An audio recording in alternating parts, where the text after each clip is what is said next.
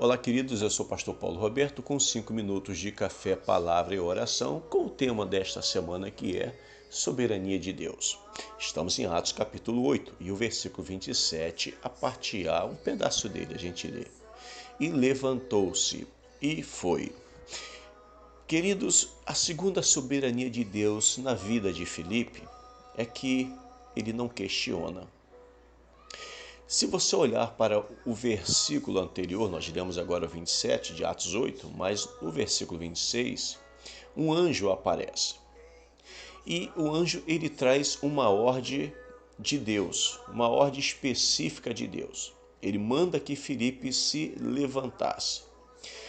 E assim que Filipe se levantasse, se aprontasse, se arrumasse, ele fosse para um lugar deserto.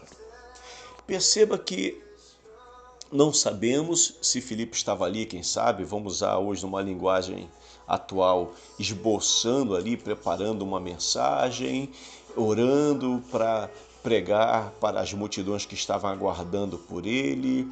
Não sabemos se Filipe iria fazer uma visita, qual seria o cronograma, qual seria o roteiro, a agenda de Filipe naquele dia. Mas o que nós percebemos é que este anjo da parte de Deus manda que ele se levantasse e fosse para um lugar deserto. O que é interessante é que no mesmo instante em que ele ouve esta ordem da parte de Deus através daquele anjo, no mesmo instante, Filipe não questiona esta ordem de Deus, ele não retruca, ele não faz cara feia. Sabe, ele se levanta, conforme o próprio texto nos expõe, ele se levanta e vai. E por que isso?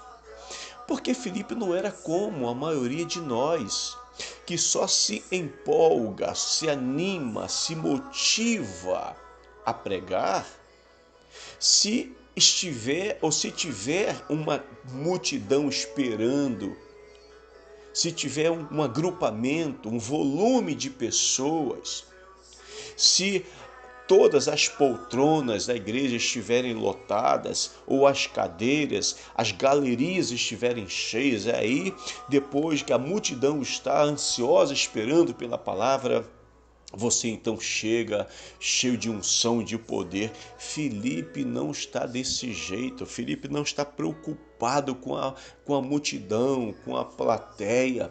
Filipe está simplesmente querendo fazer aquilo que Deus estava mandando ele fazer. Por isso ele não questiona. E por que Filipe não questiona? Por que Filipe não está? Por que Filipe não está aqui? Deus, mas eu vou para o deserto, mas logo no deserto eu não mereço isso. O poção não deveria fazer isso comigo, porque a inspiração de Filipe para pregar o evangelho não dependia do lugar aonde ele iria. Ele não queria saber, vem cá, onde é que fica a tua igreja? O lugar é perigoso, não é? É numa cidade grande? É numa comunidade? Qual é o tamanho? Quantos membros você tem? Filipe não faz essa pergunta. Perceba que Deus foi específico, falou, você vai para um lugar deserto. Sabe, irmãos, Filipe não está ali querendo saber, sabe, quem era, como era, qual era o tamanho, qual era a estrutura da igreja. Filipe não olha para esta situação. A inspiração de Filipe para pregar o evangelho não dependia de lugar, de pessoas, nem de situações, mas do poder do Espírito Santo na sua vida. Por isso, Filipe não questiona a ordem de Deus, ele estava ali simplesmente para obedecer.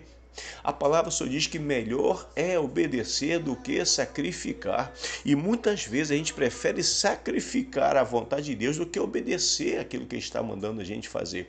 E quando a gente sacrifica sem obedecer, a gente se quebra todo, dá tudo errado. Os nossos planos, os projetos vão por água abaixo.